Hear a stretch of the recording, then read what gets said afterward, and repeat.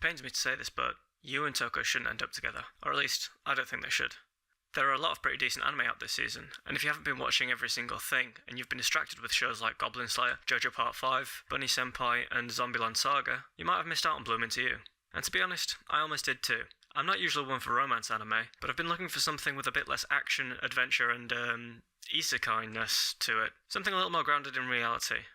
Bloom Into You was exactly what I needed. A Yuri high school romance centered around Yu and Toko's search for, well, romance. Yu grew up reading shoujo manga, and can't wait until she meets that special someone that can make her fall in love, and who will sweep her off her feet. But when her childhood friend confesses his love for her, she doesn't feel anything, and Yu starts to worry that she might never feel the way she wants. Entering high school, Yu meets Toko, a second-year girl that has never been in a relationship, and always turns down people's confessions and offers of romance, because she's never fallen in love with anyone. That is, until she meets Yu. Cute premise, right? Two high school girls finding love for the first time, and we get to see their budding romance bloom into a real relationship. Oh, that's why it's called that. But there's a problem. You see, Yu doesn't like Toko back. When Toko confesses her love to Yu, she was shocked and didn't understand it. She rejected Toko's advances. Even a kiss from Toko didn't spark any feelings, which by the way, was totally out of the blue and forced onto an unsuspecting Yu, without her consent. Which I've been told is a big no-no, but I'm sure nobody will care about it being this anime. Then we get to the bit that I really have a problem with. After being rejected by Yu multiple times, Toko asks her to let her love her without expecting anything in return, even if Yu has no feelings for her. This is just selfish of Toko. Latching on to someone, even after being rejected, isn't healthy, and you should never have agreed to it.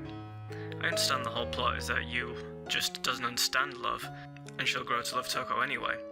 But Yu doesn't know that, and Toko doesn't know that either. If Yu did fall for someone else, it would break Toko's heart much worse than if she had taken the rejection in her stride and moved on. And knowing that, Yu may be afraid to fall in love with anyone else, or confess to and date someone that she's fallen for, because she knows how much it will hurt Toko.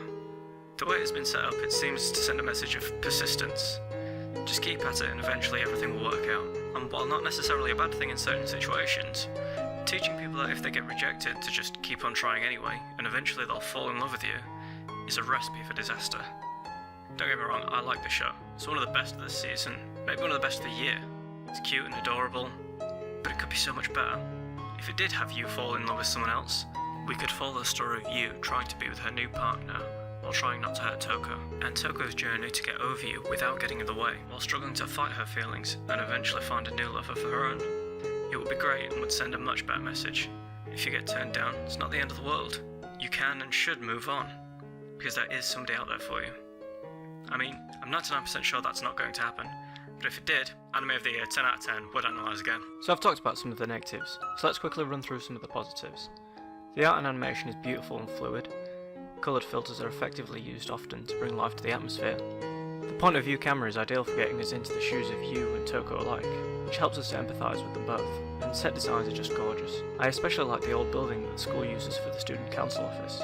Surrounded by a picturesque forest with flower beds lining the outside of the building, it looks like a very romantic spot, and I want to be there.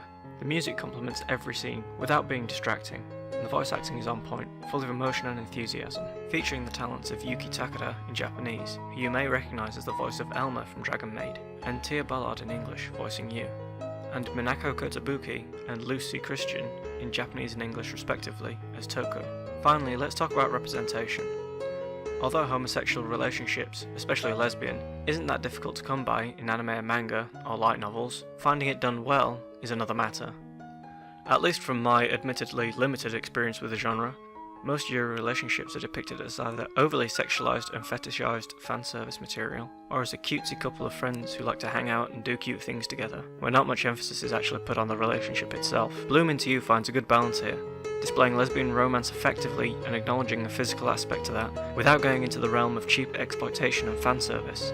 I particularly like the scene in which the owner of a coffee shop, an adult woman in a relationship with one of the female teachers at the girls' school, is comforting and reassuring Sayaka as she's coming to terms with her own sexual identity. And then there's Yu. Although it looks like it may not continue throughout the anime, Yu gives off some signs of being asexual, a very underrepresented sexuality in all kinds of entertainment, so it would be a shame for the anime to leave that behind in an effort to give Yu a happily ever after. Bloom Into You shows a lot of promise and potential. Given the chance, I really think it could be a contender for one of my favourite anime of the season. I just hope it doesn't wilt in the second half. Thanks for watching this video, especially if you made it this far. If you have a different opinion, let me know in the comments. Tell me how I can improve future videos. Like I said, I don't watch much romance, so if there are any really good ones out there that deal with somebody coming to terms with their feelings after rejection and moving on, recommend them to me down below. Don't forget to like and subscribe, and ring the bell to make sure you never miss a video.